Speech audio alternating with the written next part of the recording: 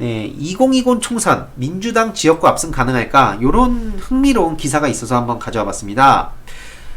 선거법 때문에 심란하죠. 오늘로 예상되는 선거법 통과는 일단 지긋지긋하게 발목 잡으면서 난동으로 일관하는 자유한국당에 대한 크나큰 승리지만 1, 20석의 의석까지 양보하며 추진한 선거제 개혁이 비례자유당 꼼수로 난장판이 돼버릴 가능성이 크기 때문입니다.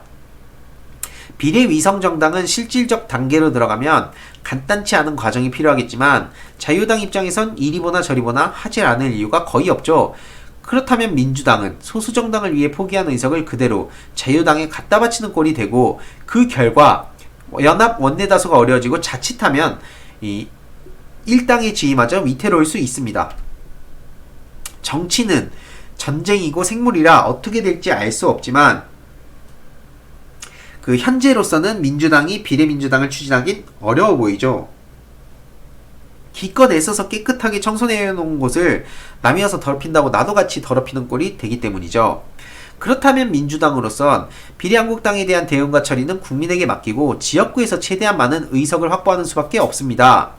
4개월 앞둔 시점에서 지역구 선거 예측은 굉장히 어려운데 현재 2020년 총선의 지역구 의석 전망에서는 한 가지 상수와 두 가지 변수가 존재한다고 합니다. 한 가지 상수는 국민의당 돌풍으로 잃었던 호남 의석의 대부분을 가져올 것이라는 것이고 상수 이제 변하지 않는 거고 두 가지 변수, 변할 수 있는 건 국민의당이 그 표를 갈라 당락을 결정지었던 지역과 국민의당과 무관하게 근소한 차이로 2위에 머물렀던 지역입니다.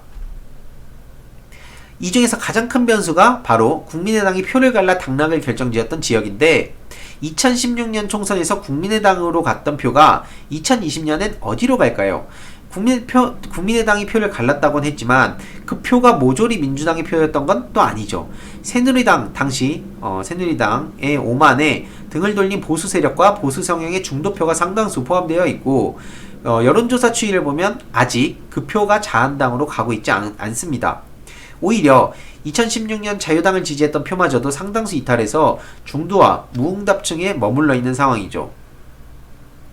2016년에 국민의당 돌풍을 일으켰던 표는 2017년 대선 때도 거의 그대로 이어졌다가 국민의당이 쪼개져서 바른미래당으로 통합하고 민주평화당으로 떨어져 나가면서 대부분 흩어졌습니다. 이 표가 어디로 갈지, 민주당이 이 표를 어느 정도 흡수할 건지가 2020년 지역구 의석을 예측하는데 중요 포인트가 되는 거죠.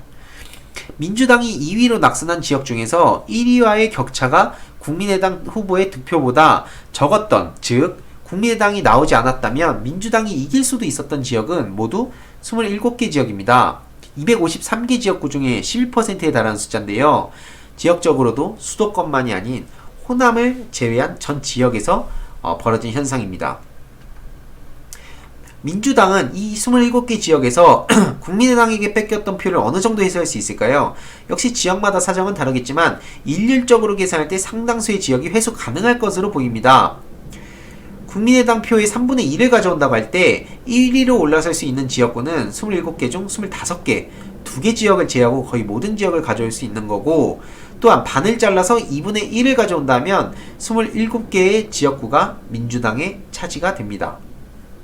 더 극악하게 가정해서 3분의 1만 가져오면 18개 지역이 떨어져 나가 9개가 남게 되는데 이 중 어느 것이 가장 현실적인 전망이 될 수 있을까요? 비록 국민의당 표를 모두 민주당 표라고 볼 수는 없지만 국민의당으로 향했던 표의 3분의 2가 민주당과 무관해서 3분의 1 정도만 돌려받을 수 있다고 보긴 어려울 겁니다. 또한 설령 그렇다고 해도 16년 총선, 17년 대선, 18년 지선을 거쳐오면서 상당수가 민주당 성향으로 자리를 잡게 됐다고 판단할 여지가 충분히 있고 그 다음 살펴볼 게 바로 국민의당과 무관한 새누리당이나 무소속 후보와 접전을 벌이다가 아깝게 낙선한 지역입니다.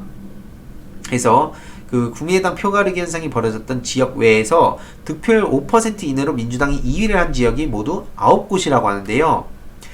호남은 28개 지역구 중 아무리 낮게 잡아도 기존 2석을 포함해서 22 혹은 3석은 확실한 것으로 평가되고 있고 이미 호남은 다들 아시겠지만 문재인 대통령과 정치적 운명을 함께해야 한다는 정서가 굳건하게 자리 잡고 있습니다.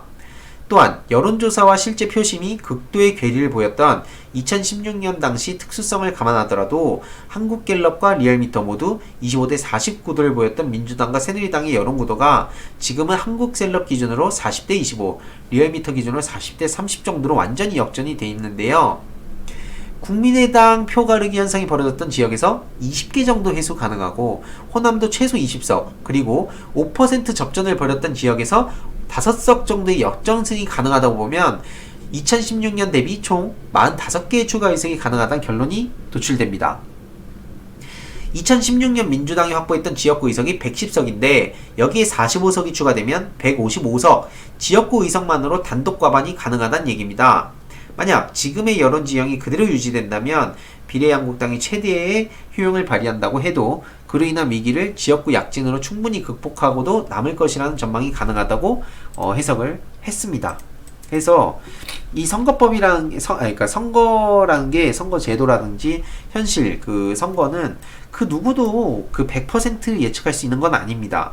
설령 그 예측이 맞았다고 하더라도 그 사람이 무슨 막 그 신적인 존재고 뭐 또 되게 뭐 작두를 타야 되고 이런 게 아니라 그냥 운이 좋아서 그 얻어 걸린 경우가 상당히 많은 거지, 구체적으로 모든 경우의 수를 다 맞출 수 있는 사람이 도대체 어디 있겠습니까? 다만 이런 여러 가지 그 합리적 그 분석을 봤을 때 대략적으로 아무튼 이 지역구에도 우리가 또 관심을 가지고 어쨌든 꾸준히 이렇게 그 자유한국당의 그 꼼수를 저희가 잘 대처를 해야 된다라고 생각해서 이 주제도 가져왔습니다.